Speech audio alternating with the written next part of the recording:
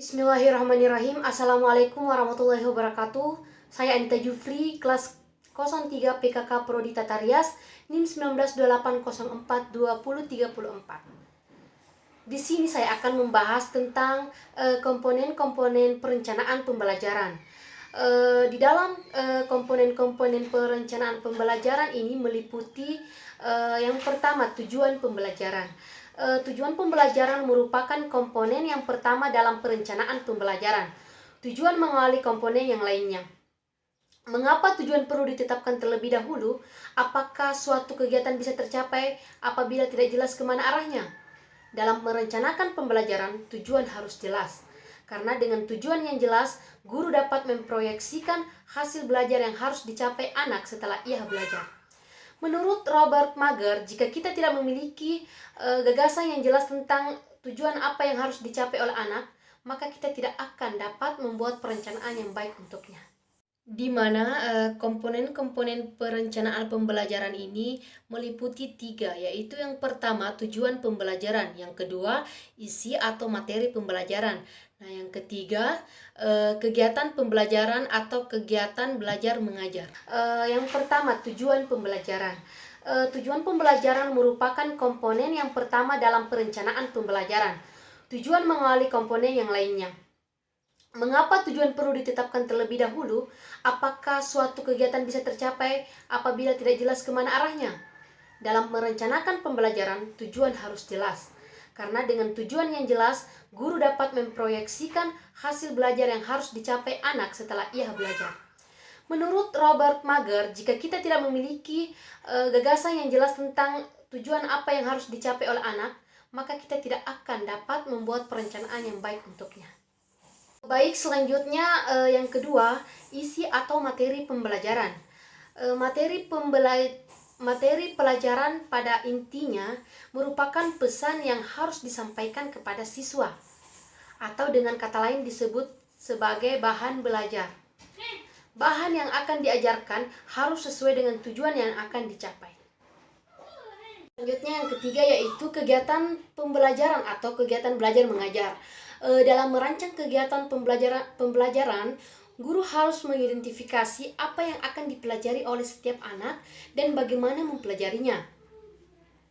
Komponen dalam kegiatan pembelajaran menggambarkan proyeksi kegiatan yang harus dilakukan anak dan kegiatan apa yang dilakukan guru dalam memfasilitasi belajar anak.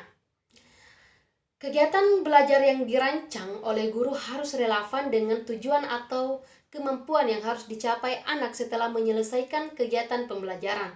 Itulah tadi pembahasan tentang komponen-komponen perencanaan pembelajaran. Selanjutnya, saya akan menjawab pertanyaan.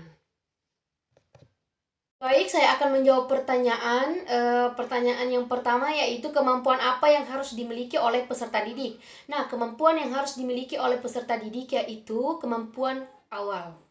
Kemampuan awal merupakan kemampuan atau pengetahuan, keterampilan dan sikap yang telah dikuasai oleh peserta didik sehingga mereka dapat mengikuti kegiatan instruksional seperti yang sudah dirancang oleh guru. Nah, yang kedua kapabilitas, yaitu hasil belajar yang bersifat kognitif dan belum sampai ke tingkat kompetensi, namun dapat digunakan sebagai dasar dan belajar lebih lanjut untuk mencapai kompetensi. Nah, yang ketiga strategi kognitif.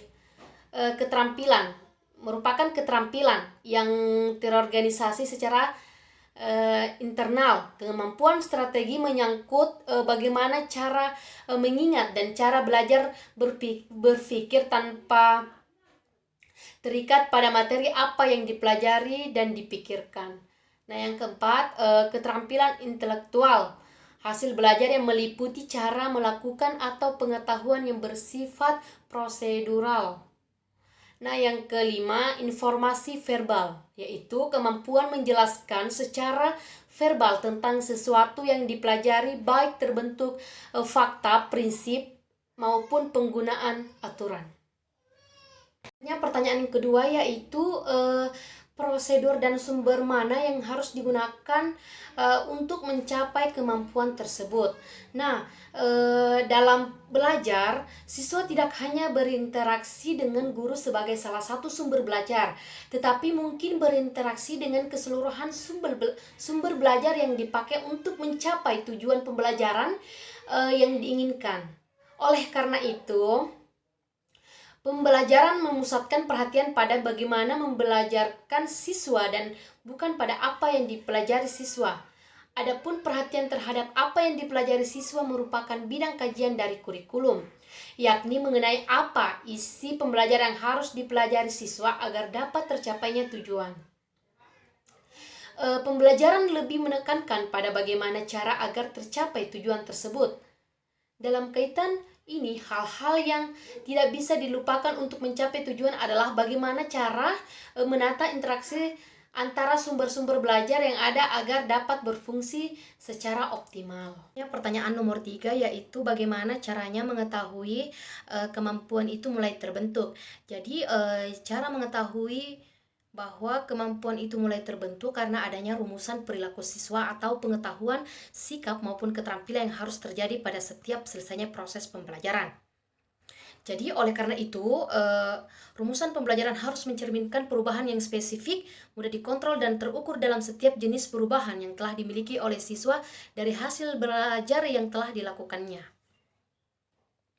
Dengan ini berarti proses pembelajaran itu sudah tercapai tujuan pembelajaran dengan indikator perubahan yang terukur baik dari segi pengetahuan, sikap maupun keterampilan. Tidak berarti bahwa hanya sebatas itulah tujuan pembelajaran tersebut. Tercapainya tujuan dengan indikator perubahan yang terukur baik dari segi pengetahuan, sikap maupun keterampilan tidak berarti bahwa hanya sebatas ilmiah, sebatas